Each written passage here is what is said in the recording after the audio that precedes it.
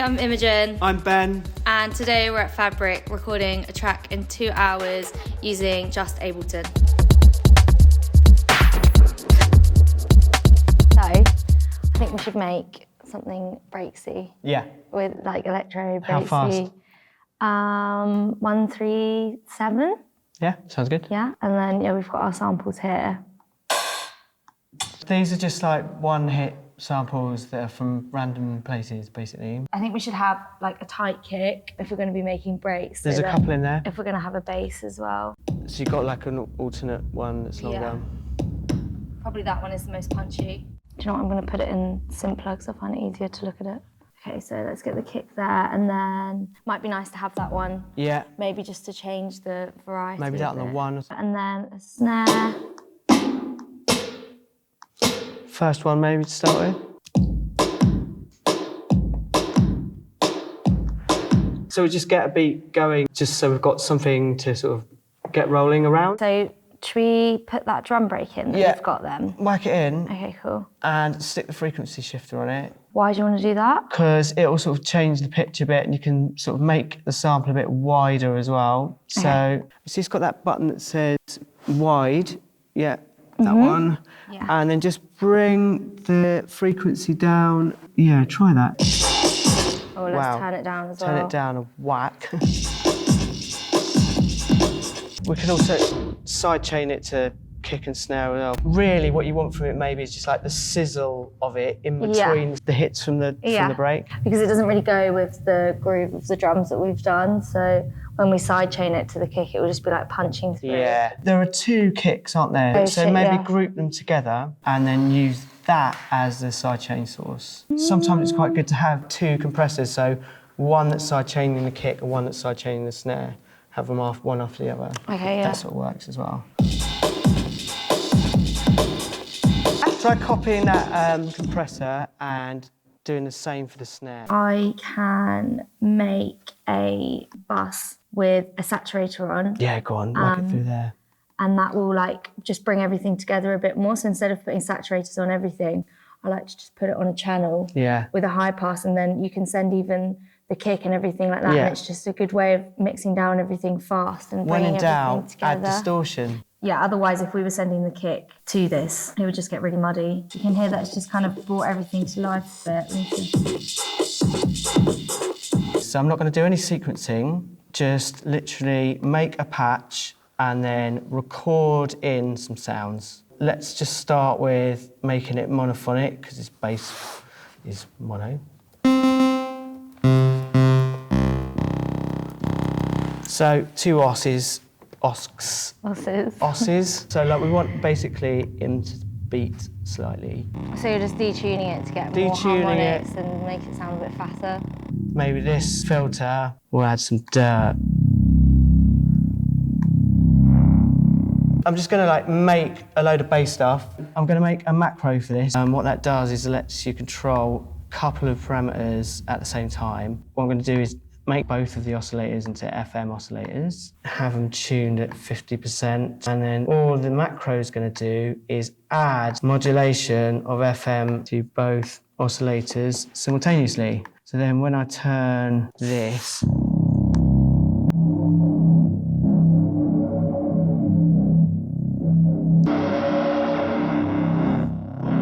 should we just record it full spectrum? If you do stuff with a filter, you can't put stuff in that you've taken away. Yeah. So look, we put glide on it.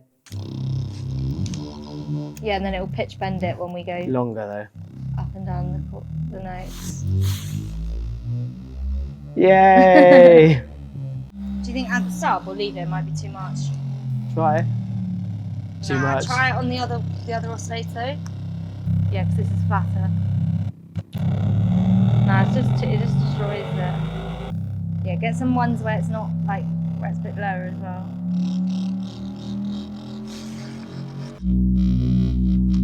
Change the shape maybe.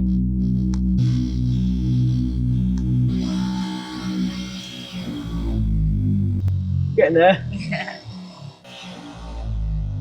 That bit I quite like. Yeah, that bit. But yeah, then we need to filter it out, obviously. Okay, so should I just chop it and we can listen to it?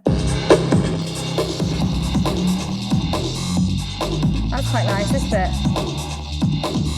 What you can do is if you don't want it to be sort of continuous bass, or if you want to make edits, if you put loop on though, what you can do is then when you do start chopping it up, right, so say you made an edit there, you can then just sort of change the start point of the sample. Cool, and then that will give us like So different variants without it going on for too long. By resampling and chopping it like this, you're not too precious about it. Like it's not like you spent ages on a patch. Totally. Like oh, you know what we have to do as well?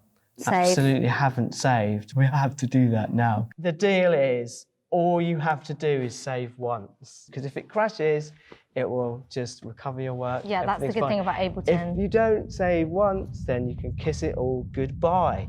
So, yeah, what I want to do now, we can make hi-hats just out of using white noise. I'm just going to come in here. Should we do them on the 16th notes? Yeah, that's what you did before. Yeah. Just get the pencil. So basically, you use like an LFO to randomise like the filter or something like that, right? Yeah, so basically when you come in here, you then use the LFO here, and instead of having it on a sine wave, you have it on this S and H, which randomizes the LFO rate so that when they're playing, they end up playing on a different frequency.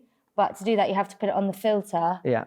And then we'll set the filter to like bandpass and see how that sounds. That's it. So you can hear, like, if you wanted to hear it extreme, when you have it on, you can obviously hear the effect it has. There they are. It's like arpeggiating the LFO. There they are. Just get some open hats in. I quite like those. And then I just want to add a convolution reverb so that we can like send our hi-hats to it. And again, just like bring everything together a bit more. So consolidate the bottom one, and then, so if you change the warp engine to Complex Pro. Yeah. And then the fine tuning, see the detune there? Yeah. What does it do when you put it on Complex Pro? It allows you to change the pitch and the time independently of each other. Yes, it's good. We need some other noises now, don't we? Do you want to get that noise in from the faulty cable that you had? Oh, yeah. Because that could be definitely. Especially that bit. So, yeah, we don't know the exact origin of this sound, but I know that a cable was harmed in the making of this sample. I just really like the way it does that sound where it kind of... Yeah, no, you know this bit where it goes... That. So we could even like use this somehow to transition into this bit. I think it'd be cool if everything just sort of stops and we just like listen to the cable. I want to make the drums tighter as well. Yeah, and I want to do some automation on it. What's the time? We've got an hour left. Okay, so what I'm going to do now to add like some effect is automate the decay time of these white noise hi-hats that we made. Operator. Am I correct? Yes. No, I'm not. It needs to be the release. I thought we could take the bass, but process it differently. Duplicate the whole group. Then I thought what you could do is have like a rhythmical thing. So you put the filter on this channel, put the frequency down, and then what we could do is have those little... That one. That one. I was just gonna do like a weird... Sidechain it to it. And then the filter will open on the rhythm of this. Right, okay, yeah. So it's triggering, it could, like a gate. But on really stereo-y bass things, it can sound quite nice. If we play that, and then here, sidechain it from that input. Oh, cool. I didn't know you could do that. It's cool, isn't it? And then a bit of distortion. That sounds like so many of your tunes as well. Yeah.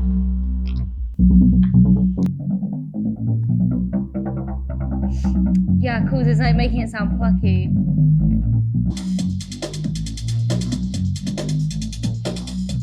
And then open the filter. Yeah, that was nice.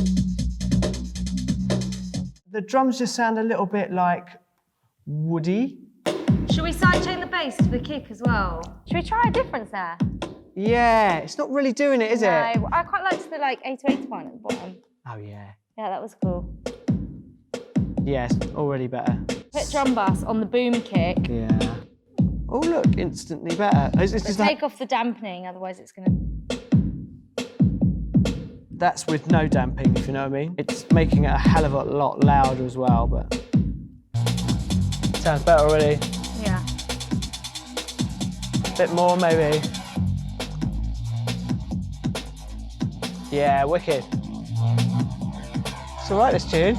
Okay, and then let's automate the frequency just for the first 8. Yeah, so that just brings it in a bit slower. Yeah.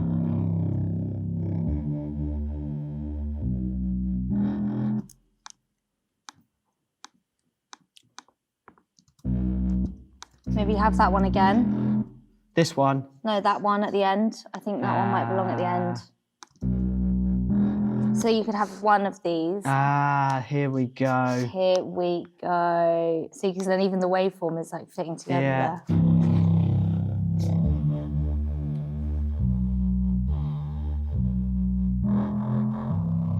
Let's listen to it with everything else. Might sound quite like religious. What about this ending, so that we're still keeping a bit of normality from the first bass? Yeah.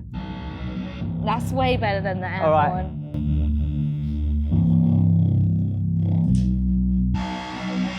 That's like a big change though. I feel like this bass is a lot more subtle. Maybe it's better if we had this bass in the first 8. Yeah, that's wicked though.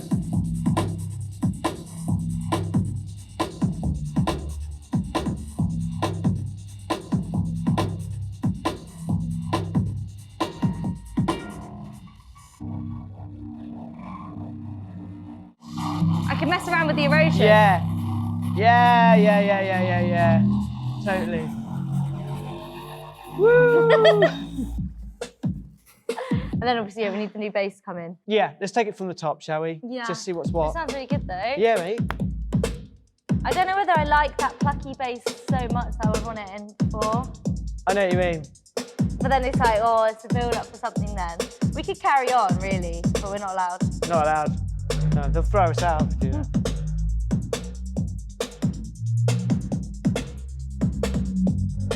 Whoa, that is just so much sub. I think we might need to just... From the kicks or from the bass? From the bass. It's because it's going through the filter as well. Yeah, look at it. Ridiculous.